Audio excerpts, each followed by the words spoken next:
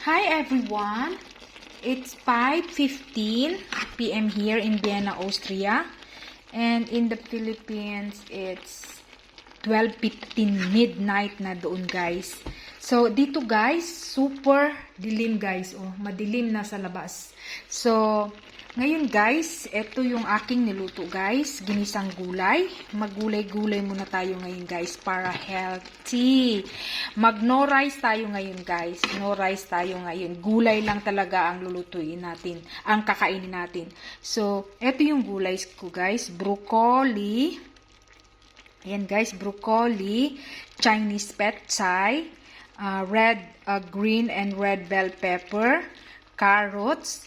And patatas. So, ano na talaga siya guys, carbo na rin yun guys kasi may patatas na siya. So, no need na nating kumain ng kanin. Para diet din pag may time. Tapos, ang halo ko dito guys is grind meat.